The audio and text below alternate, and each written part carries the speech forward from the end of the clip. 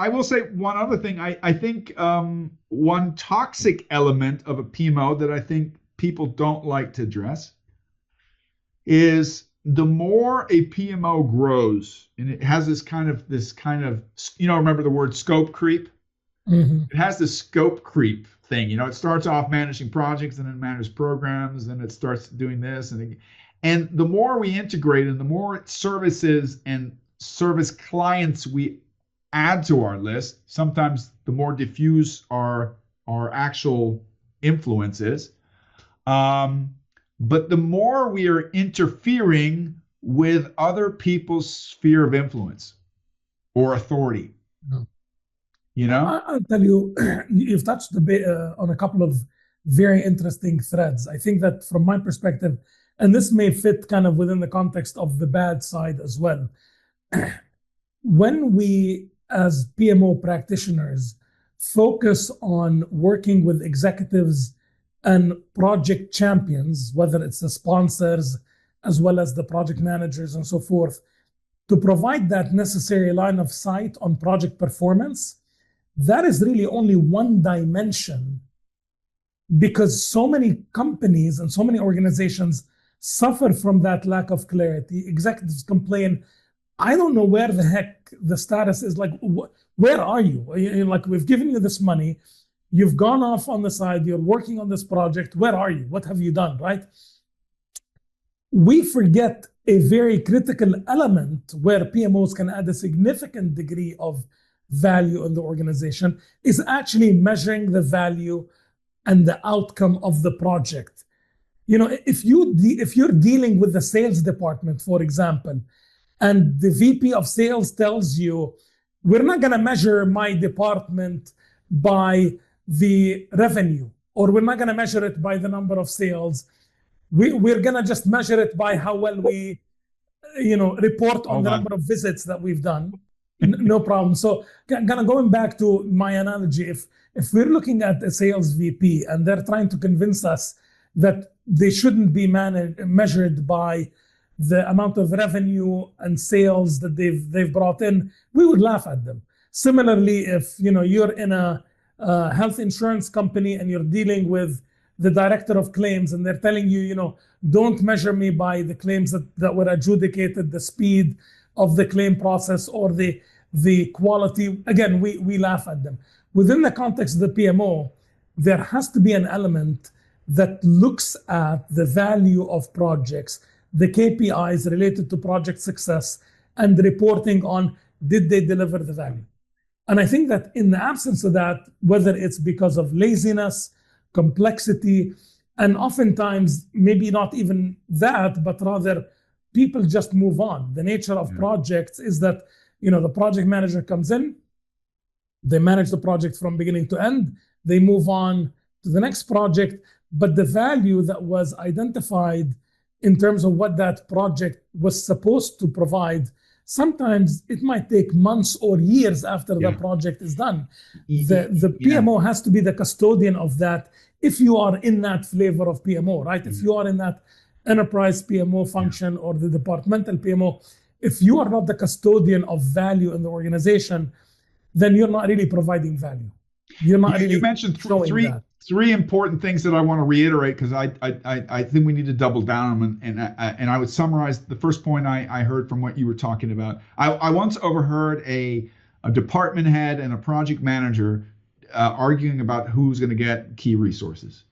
And the department head looked at the project and the project manager said, yeah, but my project has high priority. We have strategic relevance and stuff like that. And the department head looked at the project manager and said, this is what he said to him. He says, you spend money, I make money, right?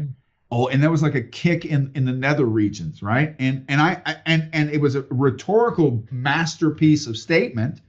And it addressed another aspect which is baked into the framework of projects, and it's deeply ingrained us in the PMBOK philosophy.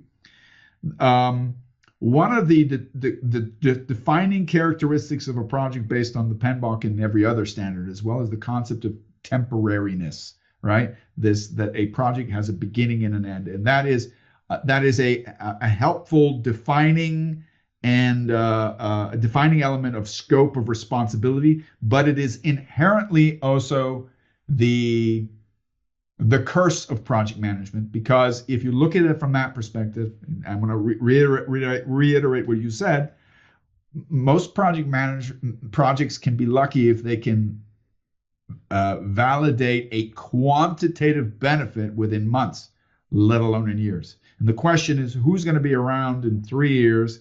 And then also, if we go back to another thing, which is, I think also, there used to be these studies. I don't know if they're still doing them, from Standish Group and from Gartner. They used to do these assessments of what projects are successful. The question was, what criteria did they use? In scope, in time, and cost.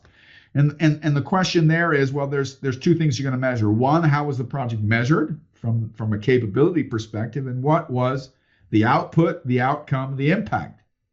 And I find it interesting that the concept of output, outcome, and impact is as old as humanity, but is still a challenge, conceptual challenge today, right? That we use terms like OKR. I think OKR, in my opinion, is not specific enough. I think the words output, outcome, and impact are better. But I think there's a huge opportunity for PMOs to focus on that. And like I said, the whole value concept that is, we're doubling down. It's not new. I object to anybody saying it's new, but I'm on board about pretending like it's new, if that's what's going to, if that's it's like when you're taking a ram and you're trying to break into the gates of an ancient city. The first 100 times you hit the gate, it cracked, but it didn't break. If we have to take one more thing and rename the ram to get to get the head in there, I'm all for it. So I think one of the, I don't know if it's ugly or bad, I think the concept of success is not sufficiently defined in most people's heads. And I think it's also the key to executive awareness and endorsement. If we could perfect and success is even more complicated than that. So, or complex. When you think of success metrics related to time, cost, and scope, that's one side of the equation. But even when you shift to the business KPIs that are associated with the launch of a new product or building a new qualitative building or whatever, and looking at the value that it brings, there are both quantitative and qualitative measures to this. You can easily say, okay, I've built a new building and I've sold X number of flats or apartments, and I've generated this amount of revenue.